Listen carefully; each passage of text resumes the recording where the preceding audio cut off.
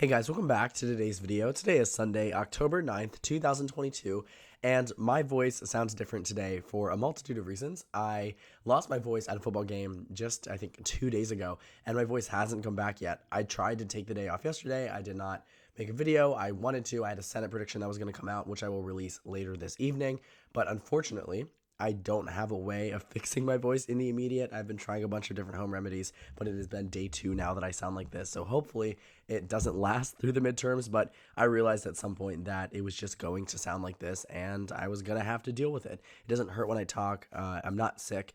It's literally just the fact that I don't have my voice to the maximum capacity that I normally do, which sucks. And I know it's probably not the best hearing or viewing experience for those of you out there watching, but I do think that the content that we were talking about today is quite important and does at least need to come out on a timely manner. So on the topic of this video, I'm sure as you can tell from the title of the video, is going to be about House rating changes, most specifically the ones that we have seen now from the Cook Political Report, in which the Democrats have seen an increase across the United States in terms of their ability or lack thereof in some cases to win certain House districts and what that means for the overall majority.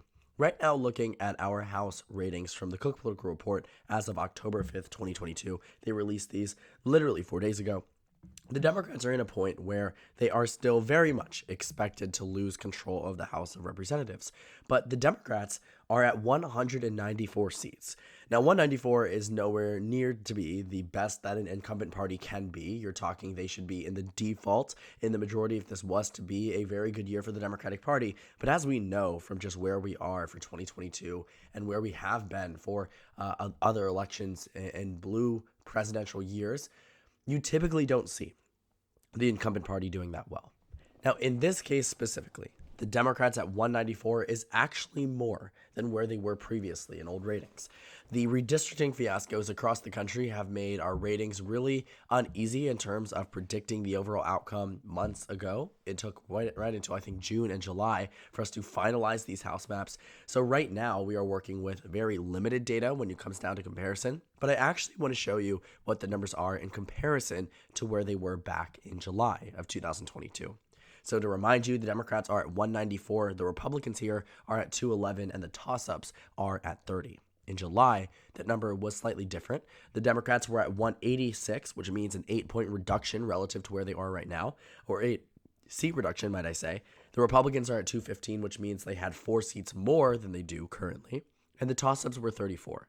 So it looks like, at least on my end, 4 toss-ups went into the Democratic column, and then 4 seats from the Republican Party went into the toss-up column or to the Democratic column as well. Or you found 8 seats going from the toss-up column to the Democrats, then 4 seats from the Republican column go to the toss-up column. Altogether, what I want you to take away from it is that the Democratic Party has gained 8 seats relative to where they were in July of 2022.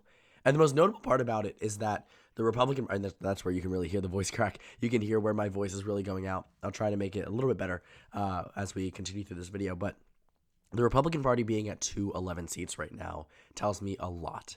It tells me that the Cook Political Report is not confident enough to characterize even as many seats as the Republican Party currently holds when it comes down to our House map. Republicans currently have 213 seats in the House of Representatives.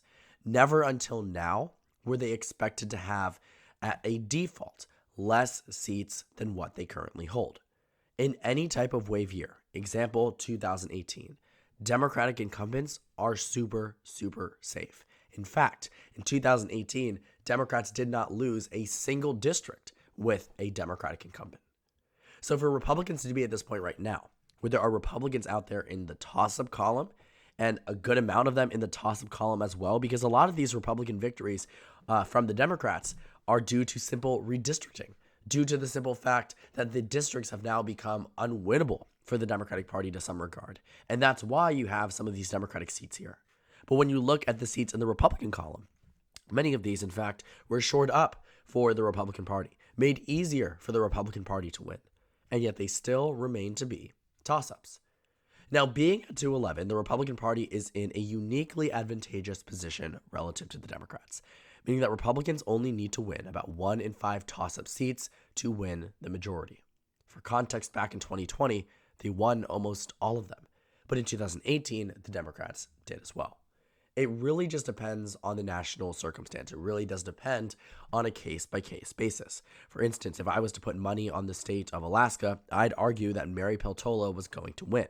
If I was to put money, for instance, in the state of Nevada, potentially we would see Republicans win there as well. These are not universally characterized as toss-up because they're expected to be all necessarily within the same range, but that based on a case-by-case basis, these districts with candidates and fundraising, etc. included, are toss-ups.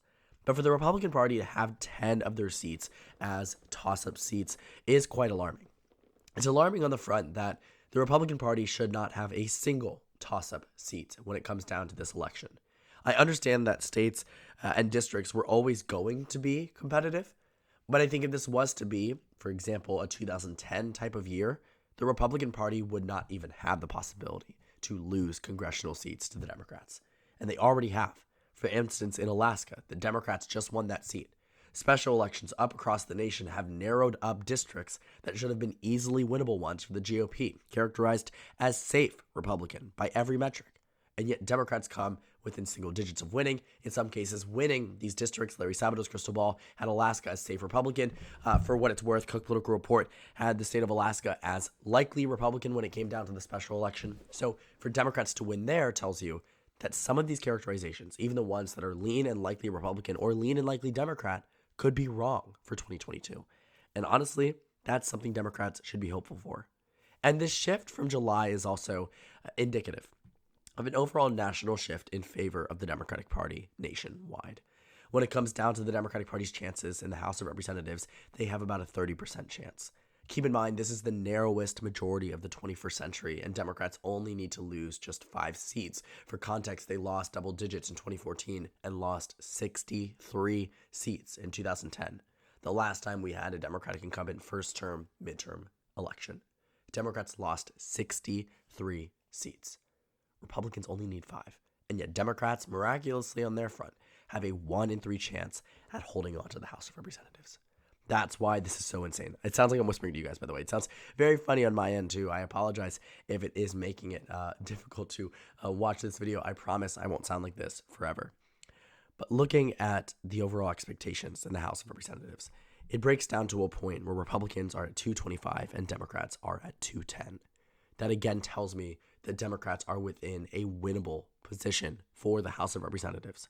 It doesn't make them the favorites. I have never once wavered that I think the Republican Party will win control of the House because I do believe that truly. I think Republicans win control of the House because it's just so how easily winnable that it is. But if they do not, it will truly be the embarrassment of the century on their front, because this should be the easiest and most winnable election that we have seen in recent decades, and yet it looks like they are struggling to even reach a majority that won't put them in a vulnerable position the next election. Because yes, we are looking beyond 2022, because quite frankly, I think 2024 might fare better for the Democratic Party. And we can also see in terms of popular vote margin about how the Democratic Party and the Republican Party are in a position to where they're much narrower in terms of the popular vote margin between the two than where they were previously. When 538's first forecast dropped, Republicans had a 7-point net advantage over the Democrats when it came down to the popular vote. This would have been an electoral blowout. Democrats would have dropped down to an average seat of 199, meaning that there are significant circumstances where they dip below 199. And Republicans were at a average 236, which means that in many scenarios, they could have gone up and above and beyond 236. Seeing this 7-point margin of victory for the GOP was very shocking, but in a way, not so much. I had known the Republican Party was going to win control of the House, but part of me knew that because of Roe v. Wade, our electoral landscape had changed. But we had yet to see any special elections besides one in Nebraska and one in Minnesota. We had yet to see any concrete polling data indicating a major shift on the generic ballot, something that we absolutely do see now, with Democrats now leading on the generic ballot and maintaining a lead for 2 consecutive months after 9 months of being in the minority. The fact remains, Republicans fared better in July of 2022 than they do today. Republicans fared better in June of 2022, May, April, March, February, January of this year than they do today. Whether it came down to the generic ballot, whether it came down to electoral ratings, whatever it might have been, the Republican Party was in a more advantageous position for the House of Representatives than they are currently. And as we get closer to the midterms, more ratings seem to be releasing from rating websites like the Cook Political Report or Larry Sabato's Crystal Ball. Right now, Sabato's Crystal Ball have Republicans at 215. You know what 215 isn't? It's not the majority. In 2010 and 2014, Republicans were already at the majority. When it came down to the House, also on the Democratic side, on Sabato's Crystal Ball, Democrats are at 196, two more than where the Democrats are on Cook Political Report. And I don't think the Democrats retain control of the House. But them being at a seemingly baseline of 196, Republicans at 215, means the House majority could very well end up exactly how it looks like on 538, which would honestly be a very good result for the Democratic Party, because it means the next election, which I'd argue probably will be more favorable than this one on the House level, will benefit the Democratic Party. I also think, just looking at the generic ballot as well, the Democratic Party, while not steadily increasing, in fact, decreasing narrowly from where they were before, they're at one point about a 2-point lead nationwide. Today, it's about a point. I do think that Democrats are faring better now than they were previously, and that can be proven by special elections, polling data, fundraising data, election odds, betting markets, whatever it might be. Because Democrats were never supposed to be within a competitive position. But seeing these ratings, some of which shifted in favor of the GOP. For instance, in the state of Florida, that 7th district shifted to solid R. For instance, in the state of Texas, you saw a race go from lean Republican to likely Republican. You take a look at the state of Florida, another district here, Texas. Mayra Flores versus Gonzalez here. I'm interested to see what's happening here. But lean D to toss up. It looks like Gonzalez is on a pretty bad candidate. This is a Biden double-digit district, right? And to see it go from lean D to toss-up means the Republican Party is also making gains. But on the flip side, you have 7 improvements for national Democrats.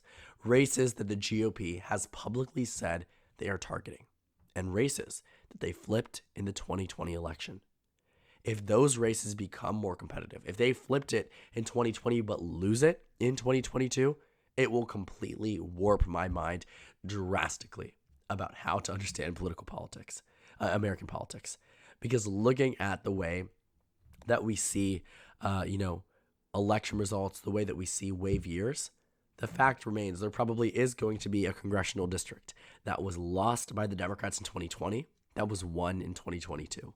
Even if Democrats lose the House, that will be very interesting to see, and would definitely be one of those individual case-by-case races where electoral, incumbency factor, whoever's running, fundraising data, etc. A lot of that will be much more important, but also tell us that, again, politics doesn't move on one spectrum across the United States. It is very possible, as these ratings now show, for Republicans and Democrats to make improvements. It's not just going to be one side of the aisle. But in most cases, also in this one, there is a very clear advantage for one party over the other. Republicans on the national level, but in terms of improvements after rating drop, it is the Democrats. From July to October now, Democrats have gained 8 seats in the Cook Political Report. Republicans have lost 4. Net improvement of about 12 for Democrats. But the hurdle is still here. Democrats need to win 80% of these toss-up seats to win the House majority. 80%. Which means they cannot afford to lose, in this case, more than about 6. More than about 6 is going to lose them the majority if everything else holds true. But then again, I look at this on a surface level and say, I also recognize that states such as Alaska, which had its House election, was rated as likely and safe Republican by the same pollsters that have races here as lean, likely, and safe Republican. And Democrats won it. Nebraska's 1st district, Minnesota's 1st district, some of which were rated as solid or likely Republican, ended up being about a 6-point race. New York's 19th district, which some expected to flip to the GOP or was a toss-up, the Democrat did better than Biden. In the other New York special election, the Democrats improved off their 2020 margin, yet it was rated as safe Republican, ended up being single digits. There are significant differences between the predictions and the actual results in many of these special elections. And I wonder, are these ratings off just as much again? That's yet to be seen. There's also a lot of time between now and November for things to change, for ratings to finally weed through the toss-ups and give them to either political party. But as of right now, I look at these numbers and I say, the Democrats certainly are improving, but it doesn't look like it's going to be enough between now and November for Democrats to retain control of the House of Representatives. So thank you guys so much for watching this video. Make sure to comment down suggestions below. Subscribe on the left if you haven't already, and check out the Instagram and Twitter. At the bottom left of the screen, there's also a Discord server for you to go ahead and join. On the screen, there's a video you can watch, and then a playlist for my 2022 election analysis videos. Again, thank you guys so much for watching, and I will see you all later today.